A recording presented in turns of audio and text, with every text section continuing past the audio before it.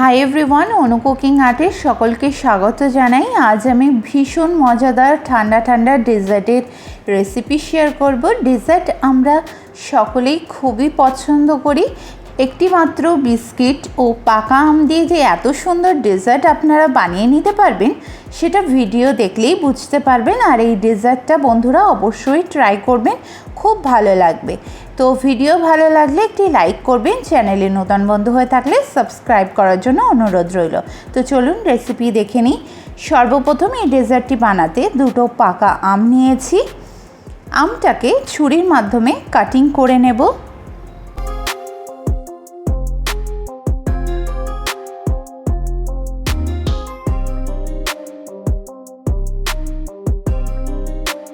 এবং একটি mixing jar নিয়ে নেব এবং একটু চামচের মাধ্যমে আমের পাল্পগুলোকে বার করে নেব।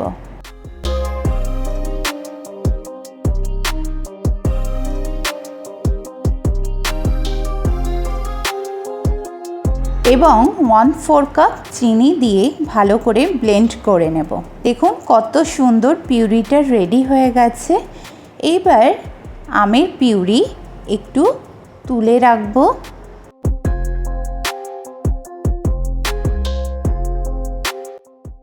বলছি এটা কি কাজে লাগবে।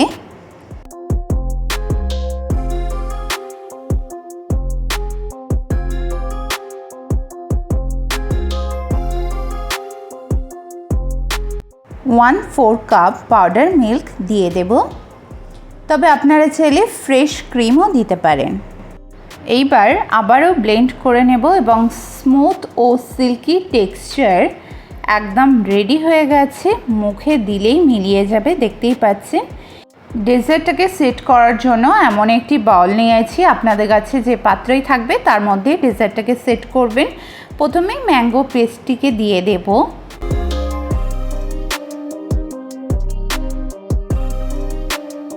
আমের কিউব দিয়ে দেব।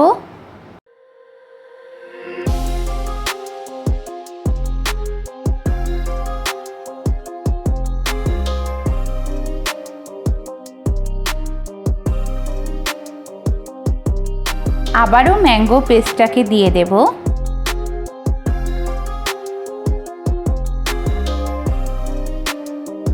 ট্যাপ করে একটু সেট করে নেব।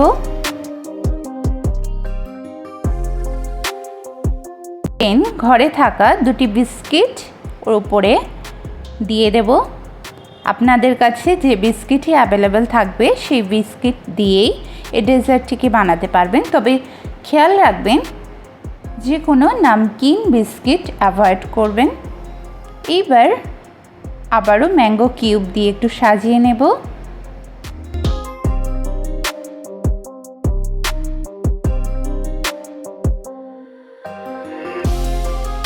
এইবার ম্যাঙ্গো পেস্টটিকে দিয়ে আবারও লেয়ার আপ করব এবং প্রথমেই যে আমের পিউরি রেখেছিলাম সেটিকে এমন করে ডেকোরেট করব।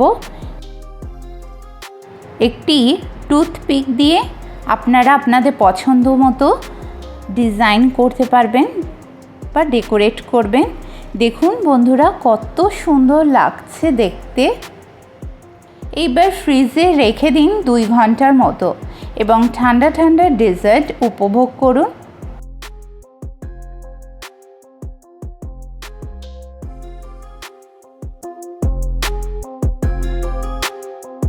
করছি এই সিজনে সকলের বাড়িতেই আম আছে এবং বিস্কিট তো থাকেই, তাই বলবো একবার বাড়িতে এমন করে ট্রাই করে দেখুন। অনেক মজাদার লাগবে ডেজার্টটি খেতে। যেমন ঝটপট বানিয়েও নেওয়া যায়, তেমনি দেখতে সুন্দর আর খেতে তো অতুলনীয় হয়। তো এখনও যদি এমন করে ট্রাই না করা হয়ে থাকে তাহলে অবশ্যই একবার ট্রাই করবেন।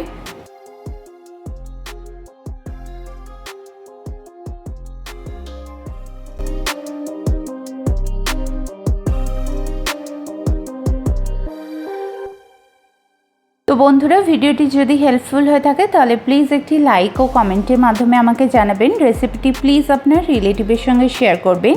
চ্যানেলে নতুন বন্ধু হয়ে থাকলে প্লিজ সাবস্ক্রাইব করে আমার পাশে থাকবেন। সবার আগে নোটিফিকেশন পেতে পাশে থাকা বেল আইকন অবশ্যই প্রেস করে রাখবেন। এতে করে যেটা হবে, আমার কোনো ভিডিওটাকে আপনারা মিস করতে পারবেন না। সকলেই সুস্থ থাকবেন, ভালো থাকবেন। ধন্যবাদ।